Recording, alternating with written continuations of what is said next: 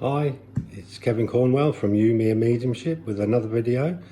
This is a follow-on about a video I did a few weeks ago now, titled What Happens When We Die. So this is kind of What Happens When We Die Part 2. Only this time I've dug out some writing that I did probably a few years back now. And it's Spirit's version of what happens when we pass over to Spirit World. This is something that I offered to Spirit, the question of what really happens, when we pass or as we pass over. And this is basically their response. I try and write down word for word. It's very difficult because there's a lot of remembering involved. Sometimes I don't always catch it correctly, so forgive me for that, but I've made a few notes on what the response was, and hopefully you'll enjoy it and you'll get an understanding of what they're trying to say. I don't always get it first time round. Sometimes I have to read things 2 or 3 times before I get a grasp of exactly what they're trying to tell me. Sometimes I make the notes and just tuck them away in a drawer somewhere, and maybe a couple of weeks later I'll go back to them and study them then. But I hope you enjoy it. So I'll make any comments as we go through, and here goes. Okay, so this is what I called What Happens When We Die, a guide's response. And he says, there are many stories on how your spirit is extracted from your bodies and carried over into the world of spirit. The reason for the numerous explanations is simply the fact that there are different ways in which we guide you over. The extraction of the spirit once the earthly body no longer functions is basically the same for all. So more or less the same for all of us. I guess it's good news. It's the placement of your energy within our realm that is variable. By this, I mean that once separated in the normal manner from the body, where a spirit finds itself after this event is that in which we find the variations. So what he's saying there is basically that the spirit leaving the body is the same for all, the way in which that part of death happens. It's where we are placed or where we find ourselves after that occurs. As many of you who work in the spiritual field are well aware, there are different levels of exposure to an energy, and I guess here he's talking like the different realms. And I would say that if we could put it in a nutshell, the simple answer would be the spirit is placed in an atmosphere in which it is most comfortable. And he goes on to explain, comfortable really equates to an environment that the energy is aware. Now, my understanding of that is that our awareness level, we would be placed somewhere that we would be, well, what would be acceptable to us. In other words, wouldn't be too much of a shock. So I think I explained in the previous video, I think the more or the further on the path we are, then maybe that little higher we go, and when we pass and find ourselves in a particular realm, it wouldn't be a shock to us. It would be somewhere that we would know already, or we would certainly have an understanding of. And he goes on and says, so my friends, the knowledge relating to the world of spirit does, and for eternity, will link with your personal placement once you are no longer experiencing the restriction of body. So, in a sense, new souls, old souls. So, a new soul that would be fairly new would find, I always think, in a realm or within an atmosphere that would be, in some respects, similar to the atmosphere that we leave behind. And I think we hear that sometimes in some of the messages that we receive. It comes across a lot where people explain this, I'm doing this, what I used to do before. I'm here, I'm in my garden, I'm by the river doing a bit of fishing, that kind of thing. Now, obviously, it's not a material thing.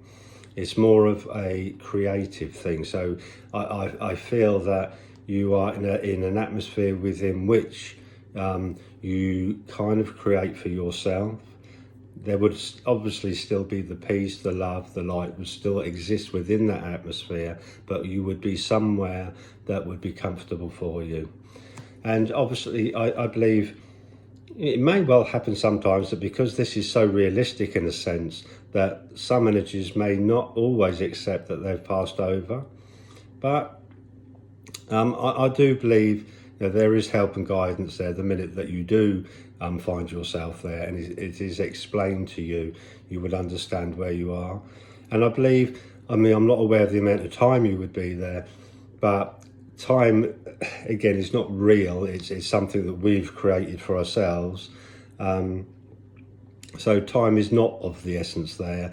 What would happen is that I guess once the soul is totally accepted its passing, and the next level would be obviously shown to you, would be explained to you. It would be somewhere that you could pass on to a little bit further, a little higher, a little faster vibration to a realm that would be slightly, like I said, beyond the likes of this planet, if you like, the likes of this earth. There would be definitely no material aspect to it whatsoever. Not saying there is in the original realm, in the first realm, but like I said, that is a kind of creation rather than a material thing. So what it's saying is knowledge. So I think that's awareness of spirit world. Your knowledge would make a difference to where you find yourself, and I also believe your number of existences within the human body would also count towards where you would be, and obviously the way you lived your life. I'm convinced there's no punishment as such. I do believe anything that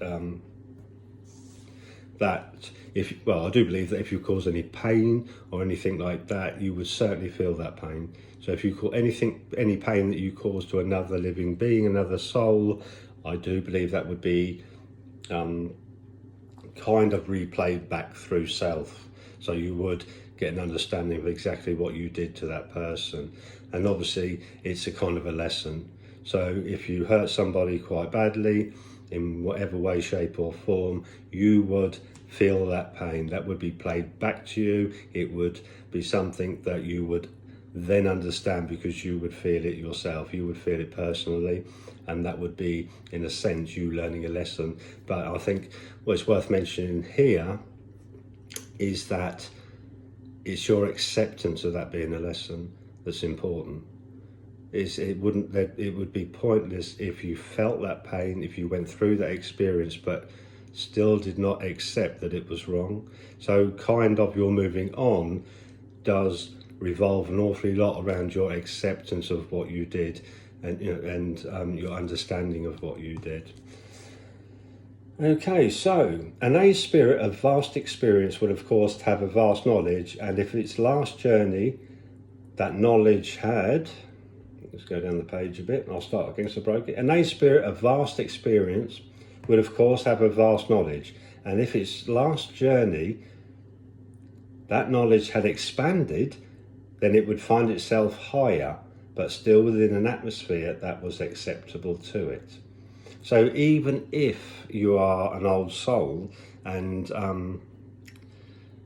you still had one or two bits and pieces to learn, and you had done that, you had achieved that, and you still learned that you would evolve even higher, but you would still only be in an atmosphere that you knew of or was acceptable to you, where you was comfortable. And it's like I said before in my my last video, if you're quite a new soul and then you find yourself in a high realm, then it would be uncomprehendable to you. You just would not understand it. It would just be a pointless exercise.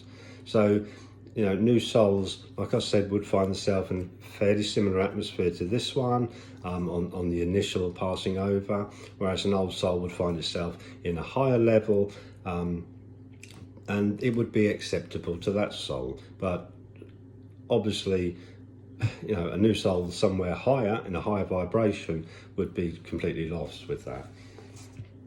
So he then goes on and says, a spirit with little or no knowledge would have great difficulty if once extracted, it found itself in a realm of the higher energies. Basically what I just explained to you. This would not be comfortable, for the knowledge found here would not and could not be of use to it. The complexity of this knowledge would be unabsorbable. Interesting. Leaving the energy in limbo, unable to neither progress nor return. So this wouldn't happen, but if an energy did find itself somewhere where it just could not comprehend that atmosphere, then it would be very difficult for that energy to move on, or even to return to a lower energy. So the initial placement of spirit, of energy, once you pass, once you leave the body, is always right. So no arguing when you get there. Say, I deserve to be a bit... No, none of that. So anyway, it is in a place of similarity we place those who find the spirit world a shock to the spiritual system. Like I just explained, something fairly similar to this realm. From there, it can go but forward, although many a return visit may be necessary to enable it to one day pass over into a higher place. So we talk of reincarnation, okay, and I guess that's what it's explaining there. Many a return visit may be necessary.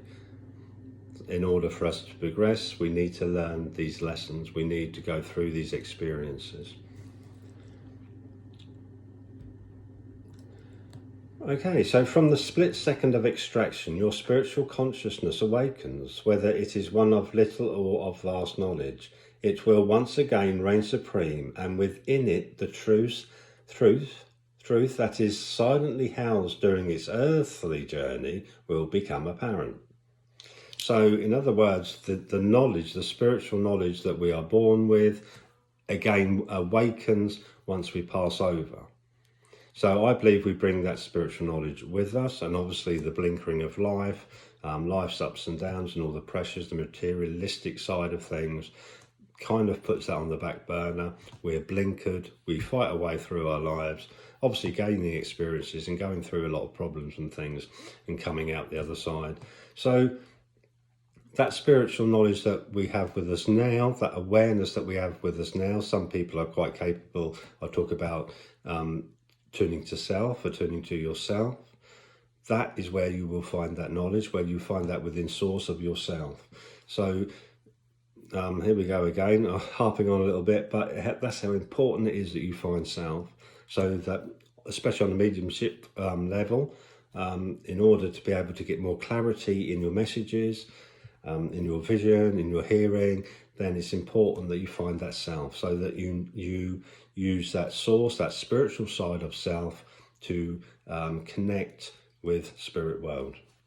So all that will, the second you pass, the second we leave the body, we are then back into that knowledge base. We know exactly what's it all about, the life and what have you. We have that understanding. We have it now, only it's very, very deep. But it is something that some people can shine with this, have the ability to do that, which is fantastic. And that person is capable of that the minute you meet them normally. Some people can attune to that source, can expand that light in their everyday lives, which is marvellous. Lovely people to meet. And there's these warm people we meet, not every day of the week, but now and again it's nice when we do meet them, we do come across them. And I'm sure many of you know plenty of people like that. Even as you burden yourself with bodily matter, there are some of you with awareness who sense maybe an idea as to where you may find yourself once past. Yes, that's an interesting one. Yeah, maybe there are people who have an idea of where they may find themselves once they leave the body. I find that a bit hard really to grasp. I'm not sure we can do that, but maybe if we're honest with ourselves and we get in touch with that self, maybe we do get that, a better idea of our knowledge base, if you like, of our experiences. But let me say that the rules that govern this are so complex that not all can be taken for granted. So in other words, we could meet somebody, think, oh yeah, they're an old soul and what have you, and be totally wrong. I think that's what you're saying there, because it's quite a complex thing. So as I have said on many occasions to my friend, he's talking about me here, the only true way is to simply do your best. And that's something I say a lot. It doesn't matter what the outcome of anything what you do is, as long as you try your best. I'm a great believer in that.